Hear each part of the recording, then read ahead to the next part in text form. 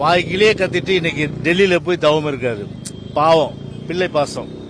ஏன்னா பிள்ளையை காப்பாற்றணும் இல்லையா, அந்த பிள்ளை பாசம். உதயநிதியை காப்பாற்றுவதற்காகவே முதல்வர் ஸ்டாலின் டெல்லியில் தவம் கிடப்பதாக அதிமுக முன்னாள் அமைச்சர் ஜெயக்குமார் செய்தியாளர் சந்திப்பில் தெரிவித்துள்ளார். நம்ம சர்பிட்டி தியாகராஜரை கேள்விப்பட்டிருப்போம். ஆனா வெண்குடை வேந்தரை கேள்விப்பட்டிருக்கீங்களா?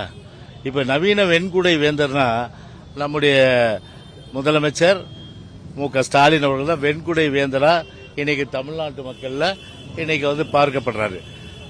வாய்க்கிலேயே கத்திட்டு இன்னைக்கு டெல்லியில போய் தவம் இருக்காரு. பாவம், பிள்ளை பாசம். ஏன்னா பிள்ளையை காப்பாற்றணும் இல்லையா, அந்த பிள்ளை பாசம்.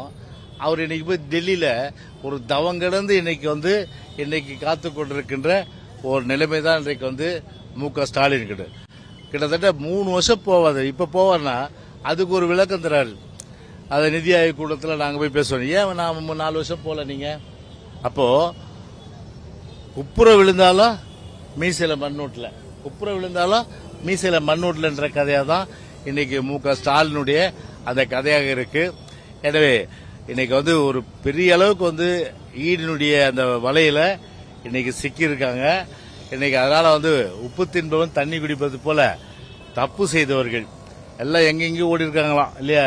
அதனால ஈடியை பொறுத்தவரை விரைந்து நடவடிக்கை எடுத்து பிடித்து சட்டத்தை நிறுத்தி இந்த தமிழ்நாட்டில் ஒரு மன்னர் குடும்பமா, அதாவது தமிழ்நாட்டில் ஒரு மன்னர் குடும்பமா தம்மை பிரபலப்படுத்தி கொண்டு இன்னைக்கு ஒரு மன்னர் ஆட்சி போல இன்றைக்கு ஜனநாயகத்தை குழி தோண்டி பொதித்த இந்த சர்வாதிகார ஆட்சியினுடைய அந்த முகத்திரை கிழிக்கின்ற வகையில அந்த ஊழல் எல்லாம் ஈடியை பொறுத்தவரை வெளிக்கொணர வேண்டும்.